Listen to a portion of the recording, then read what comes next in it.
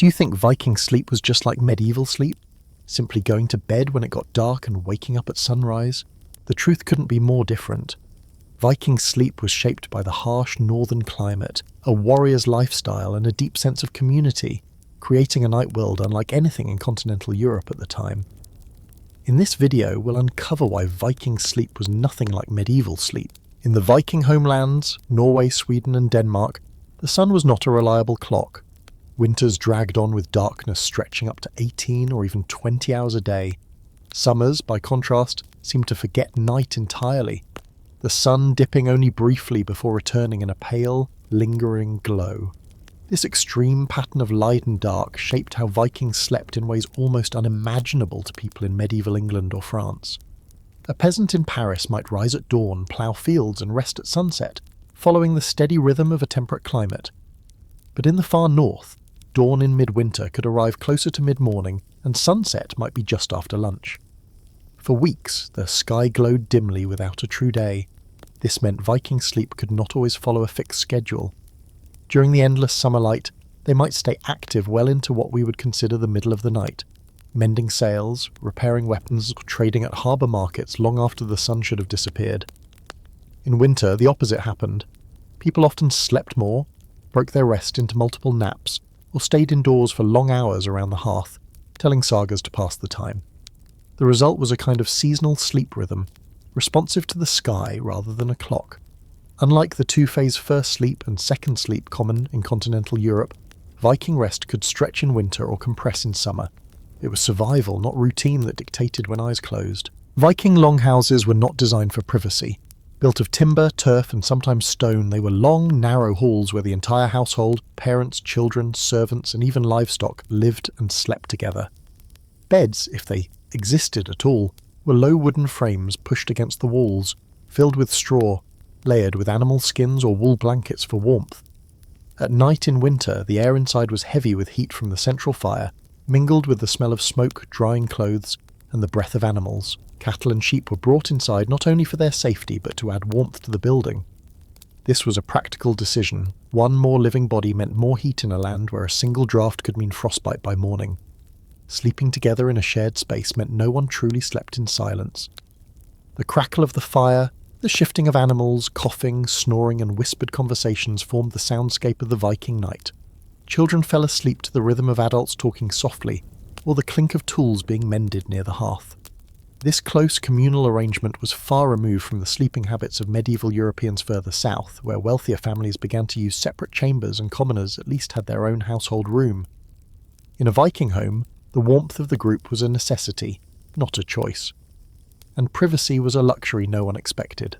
For most Vikings, a bed was not the towering, canopied structure we associate with medieval nobility.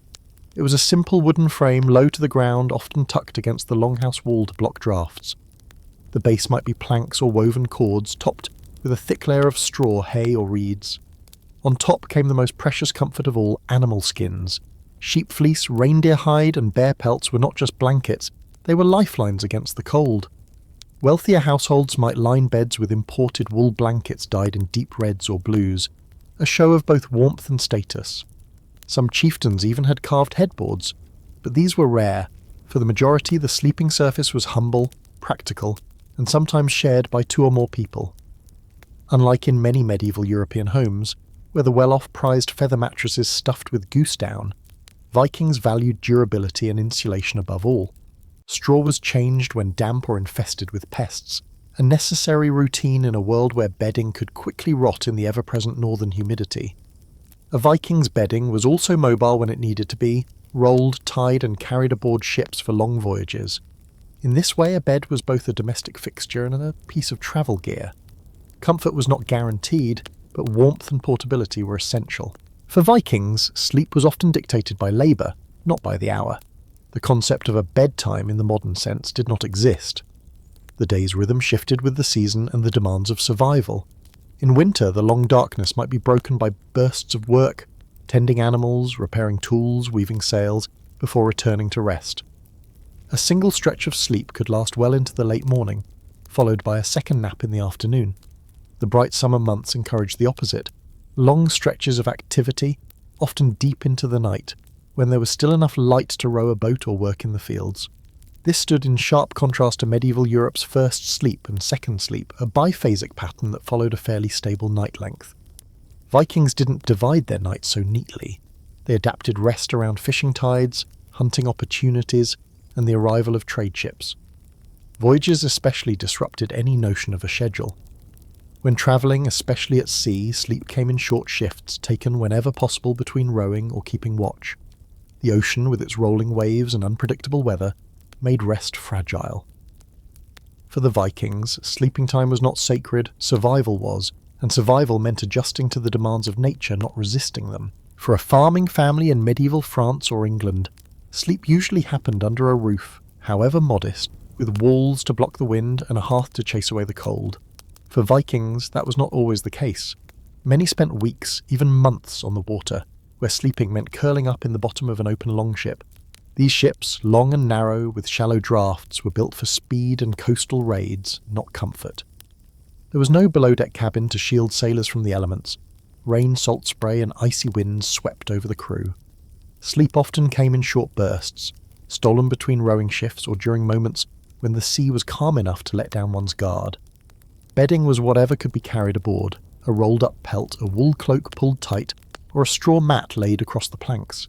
Even then, it was quickly soaked through in bad weather. Cold seeped upward from the wood. Dampness clung to skin and clothing.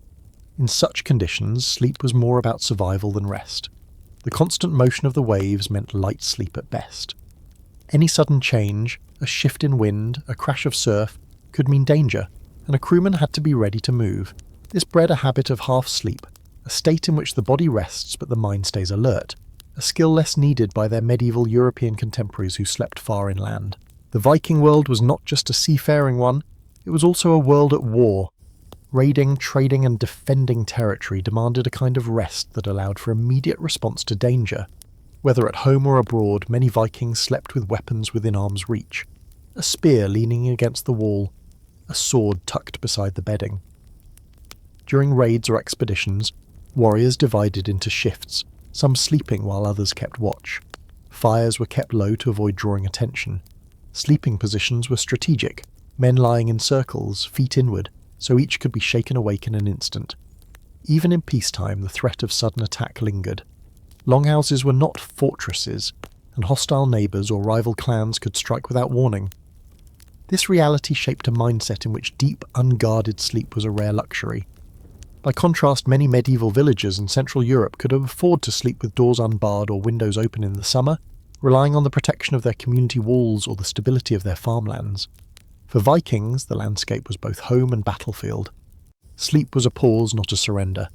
This ever-present vigilance was woven into their culture, creating a warrior's rest, lighter, quicker to break, and always ready to be abandoned at the first sound of trouble. For Vikings, the hours before sleep were not necessarily quiet or solitary.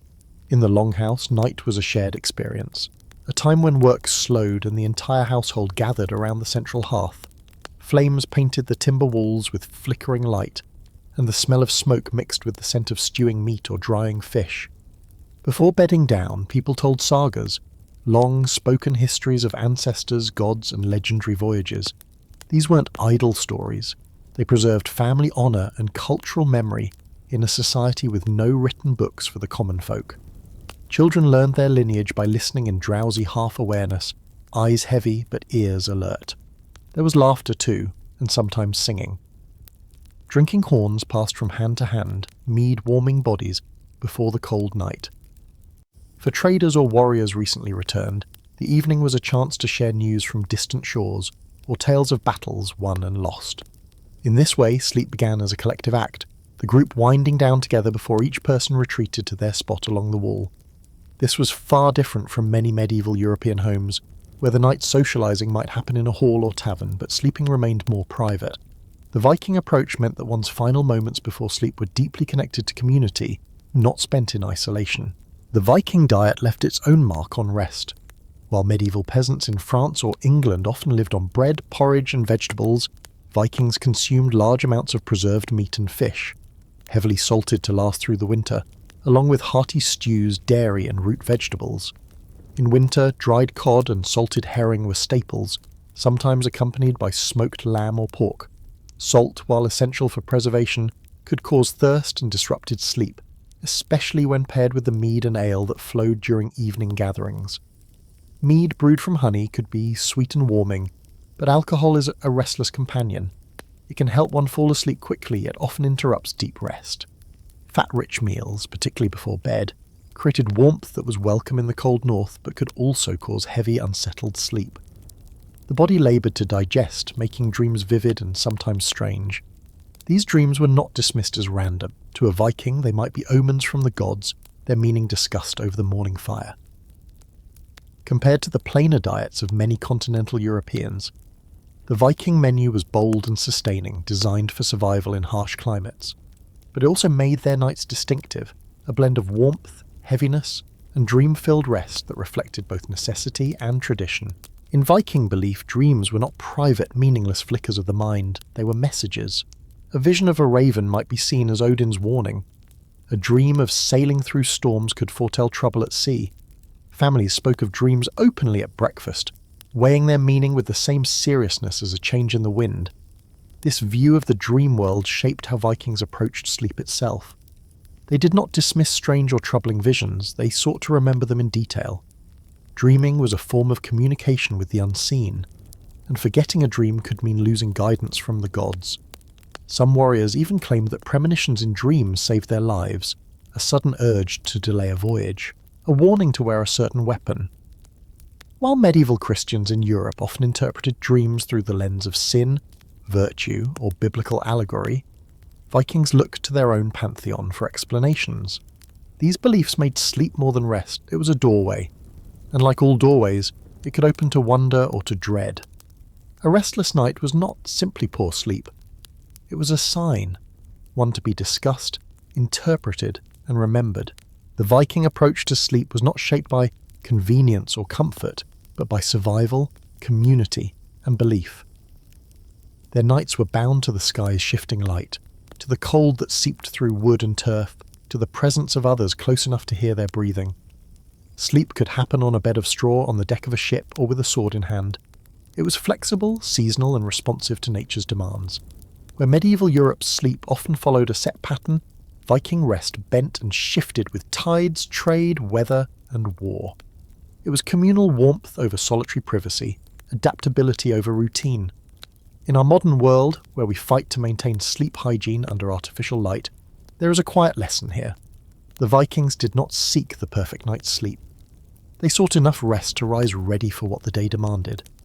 Their world reminds us that sleep is not always a luxury, and sometimes its value lies not in length or comfort, but in its ability to prepare us for survival.